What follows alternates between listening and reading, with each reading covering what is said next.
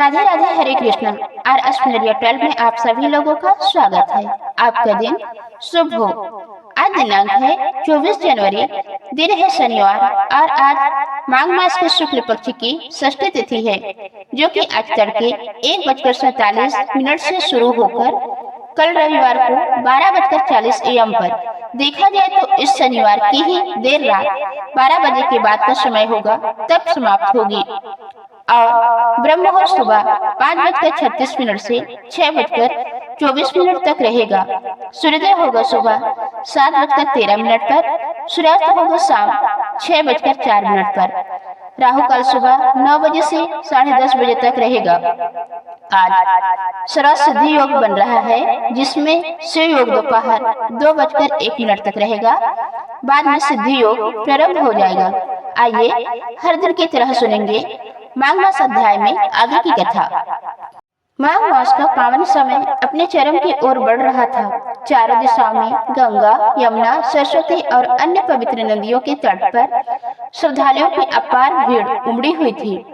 ब्रह्म मुहूर्त में गूंजते हरि नाम, शंख ध्वनि और मंत्रोच्चारण से वातावरण दिव्य बन चुका था। इस अध्याय में माघ मास के अंतिम दिनों के पुण्य, दान, नियम और उनके आध्यात्मिक फल का अत्यंत गूढ़ वर्णन मिलता है।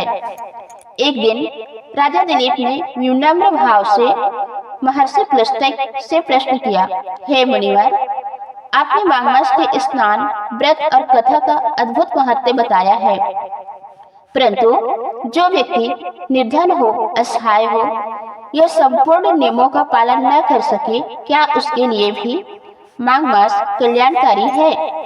महर्षि पुलस्त्य मंद मुस्कान के साथ बोले, राजन, माघ मास करुणा का मास है। यह नियमों से अधिक भावना देखता है। महर्षि ने समझाया कि माघ मास में नदी, तट, जल, सूर्य और भगवान विष्णु स्वयं साधक की सहायता करते हैं। जो व्यक्ति केवल श्रद्धा से नारायण नाम का स्मरण करता है, उसके भी पाप नष्ट हो जाते हैं। इस मास में किया गया छोटा सा पुण्य भी पर्वत के समान फल देता है। उन्होंने कहा, राजन, माघ मास में यदि कोई व्यक्ति ठंड में कांपते हुए भी गंगा स्नान करता है, तो उसके जन्म जन्मांतर के पाप उसी क्षण नष्ट हो जाते हैं। इस अध्याय में दान का विशेष वर्णन है। महर्षि पुलस्त्य बोले, माघ मास में दान स्नान से भी अधिक फलदायक होता है। माघ मास में श्रेष्ठ दान है अन्न दान, भूखे को भोजन कराना, वस्त्र दान, ठंड से पीड़ित को वस्त्र देना, तिल दान, तिल, गुड़, घी का दान करना, घी दान दीपक और भोजन के लिए, स्वर्ण या तांबा दान सामर्थ्य के अनुसार, जल दान, प्यासे को जल पिलाना। महर्षि बोले, राजन, जो व्यक्ति माघ मास में एक भूखे को भोजन कराता है, वह हजारों यज्ञों का फल प्राप्त करता है। महर्षि ने राजा को एक कथा सुनाई। एक गांव में भील जाति का एक अत्यंत गरीब व्यक्ति रहता था।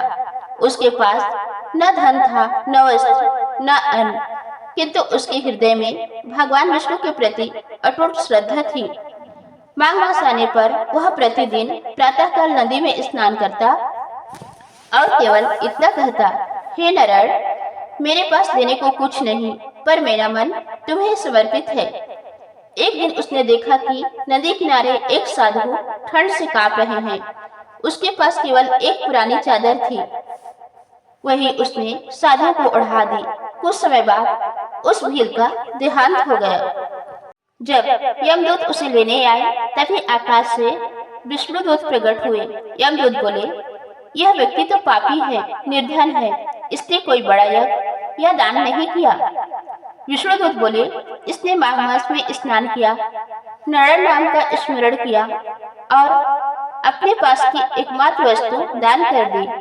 अब इस पर हमारा अधिकार है। तत्क्षण विष्णुदूत उस आत्मा को वैकुंठ ले गए। महर्षि बोले, राजन, माघ मास में भावना ही सबसे बड़ा धन है। महर्षि पुलस्त्य ने कुछ सरल नियम बताए हैं। ब्रह्म मुहूर्त में उठना, पवित्र नदी में स्नान करना, भगवान विष्णु का स्मरण करना, सात्विक भोजन करना, झूठ, क्रोध और अहंकार से दूर रहना, यथाशक्ति दान करना।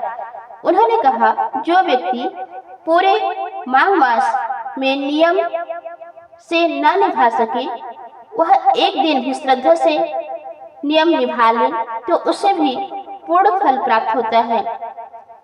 अध्याय 21 में माघ पूर्णिमा का विशेष वर्णन है। महर्षि बोले, माघ पूर्णिमा के दिन किया गया स्नान संपूर्ण माघ मास के बराबर फल देता है। इस दिन स्नान, दान, विष्णु पूजन, सत्यनारायण कथा, दीपदान का विशेष महत्व है। माघ मास में सूर्य उत्तरायण में होते हैं। महर्षि ने कहा, जो व्यक्ति माघ मास में प्रातः काल सूर्य को अर्घ्य देता है वह रोग, शोक और दरिद्र से मुक्त हो जाता है। कथा के अंत में राजा दिलीप भावुक होकर बोले, हे मुनिवर, अब मेरा जीवन धन संचय के लिए नहीं बल्कि धर्म और सेवा के लिए होगा। महर्षि पुलस्त्य ने उन्हें आशीर्वाद दिया, राजन, जो इस माघ मास कथा को श्रद्धा से सुनेगा या सुनाएगा उसके घर में धन, धर्म, संतान और मोक्ष का वास होगा। महर्षि ने अंत में कहा, माघ मास केवल व्रत नहीं, यह आत्मा की शुद्धि का उत्सव है। जो इसे समझ गया उसका जीवन स्वयं तीर्थ बन जाता है। माघ मास कथा अध्याय 21 पढ़ने या सुनने से पापों का नाश होता है, पुण्य की वृद्धि होती है, मन की शांति होती है, विष्णु कृपा होती है और अंत में मोक्ष की प्राप्ति होती है। तो दोस्तों, ये थी आज की वीडियो। उम्मीद है आप लोगों को पसंद आई होगी। धन्यवाद।